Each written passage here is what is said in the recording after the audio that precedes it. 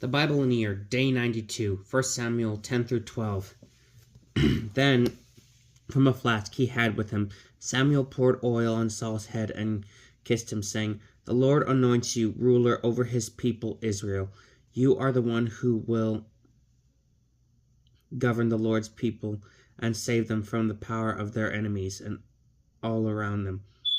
This will be the sign for you that the Lord has anointed you ruler over his heritage.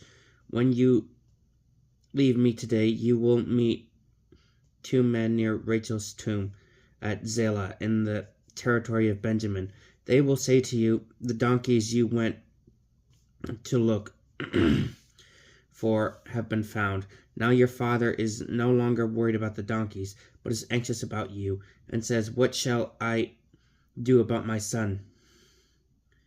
Farther on, when you will arrive at the oak of Tabor, 3 men will meet you as they go up to God at Bethel. One will be bringing 3 young goats, another 3 loaves of bread, and the third a skin of wine. They will greet you and offer you 2 elevated offerings of bread, which you should accept from them. After that, you will come to Gibeath Elohim, where the Philistine garrison is located. As you enter the city, you will meet a band of prophets coming down from the high place. They will be preceded by lyres, tambourines, flutes, and harps, and will be in prophetic ecstasy. The Spirit of the Lord will rush upon you, and you will join them in their prophetic ecstasy and will become a changed man. When these signs have come to pass, do whatever lies to hand, because God is with you. Now go ahead of me to Gilgal, for I shall come down to you to offer burnt offerings and to sacrifice communion offerings. Wait 7 days until I come to you. I shall then tell you what you must do." As Saul turned to leave Samuel, God changed his heart. That very day all these signs came to pass. From there they arrived at Gibeah, where a band of prophets met Saul, and the Spirit of God rushed upon him, so that he joined them in their prophetic ecstasy. When all who had known him previously saw him in a prophetic state among the prophets, they said to one another, "What has happened to the son of Kish? Is Saul also among the prophets?" And someone from that district responded, "And who is their father?" Thus the saying arose, "Is Saul also among the prophets?" When he came out of the prophetic ecstasy, he went home. Saul's uncle asked him and his servant, "Where have you been?" Saul replied, "Looking for the donkeys. When we could not find them, we went to Samuel." Saul's uncle said, "Tell me then what Samuel said to you." Saul said to his uncle, "He assured us that the donkeys have been found," but Saul told him nothing about what Samuel said about the kingship. Samuel called the people together to the Lord at Mizpah and addressed the Israelites. "Thus says the Lord, the God of Israel, it was I who brought Israel up from Egypt and delivered you from the power of the Egyptians and from the power of all the kingdoms that oppressed you.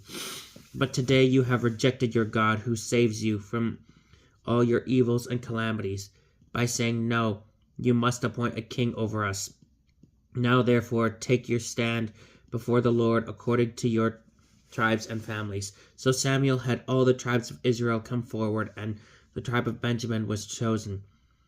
Next he had the tribe of Benjamin come forward by clans, and the clan of Matri was chosen. And finally Saul, son of Kish, was chosen. But when they went to look for him, he was nowhere to be found. Again they consulted the Lord.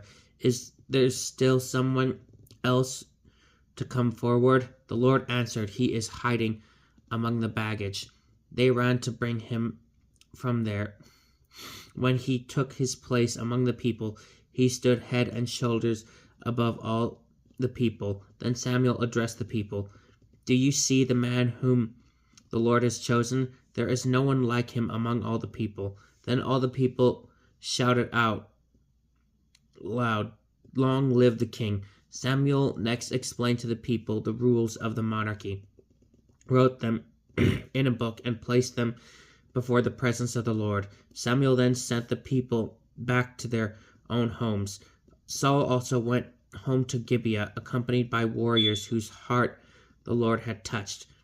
But some worthless people said, "How can this fellow save us?" They despised him and brought him no tribute. About a month later, Nahash the Amorite went up and besieged Jabesh Gilead. All the people of Jabesh begged Nahash, "Make a treaty with us, and we will serve you." But Nahash the Ammonite replied, "This is my condition for making a treaty with you. I will gouge out the right eye of every man, and thus bring shame on all Israel." The elders of Jabesh said to him, "Give us 7 days to send messengers throughout the territory of Israel. If there is no one to save us, we will surrender to you." When the messengers arrived at Gibeah of Saul and reported the news in the people's hearing, they all wept aloud. Just then Saul came in from the field behind the oxen. "Why are the people weeping?" he asked. They repeated the message of the inhabitants of Jabesh for him. As he listened to this report, the Spirit of God rushed upon him, and he became very angry. Taking a yoke of oxen, he cut them into pieces and sent them throughout the territory of Israel by messengers, saying, "If anyone does not come out to follow Saul and Samuel, the same thing will be done to his oxen." The dread of the Lord came upon the people, and they went forth as one. When Saul reviewed them in Bezek, there were 300,000 Israelites and 70,000 Judahites. To the messengers who had come, he said, "Tell the inhabitants of Jabesh Gilead that tomorrow, when the sun grows hot, they will be saved." The messengers went and reported to the inhabitants of Jabesh, and they rejoiced. The men of Jabesh said to Nahash, "Tomorrow we will surrender to you, and you may do with us whatever you want." The next day Saul arranged his troops in 3 companies and invaded the camp during the dawn watch. They slaughtered the Ammonites until the day had gotten hot. But when the survivors were so scattered that no 2 of them were left together, the people then said to Samuel, "Who questioned whether Saul should rule over us? Hand them over, and we will put them to death." But Saul objected, "No one will be put to death this day, for today the Lord has rescued Israel." Samuel said to the people, "Come, let us go to Gilgal to renew the kingship there." So all the people went to Gilgal, and there they made Saul king in the Lord's presence. They also sacrificed communion offerings there before the Lord, and Saul and all the Israelites greatly rejoiced. Samuel addressed all Israel. "I have granted your request in every respect," he said. "I have set a king over you, and now the king will lead you. As for me, I am old and gray, and my sons are among you. I was your leader from my youth to the present day. Here I stand. Answer me in the presence of the Lord and the Lord's anointed. Whose ox have I taken? Whose donkey have I taken? Whom have I cheated? Whom have I wronged? From whom have I accepted a bribe and shut my eyes because of it? I will make restitution to you." They replied, "You have neither cheated us nor oppressed us, nor accepted anything from anyone." So he said to them, "The Lord is witness against you this day, and the Lord's anointed is witness, that you have found nothing in my possession."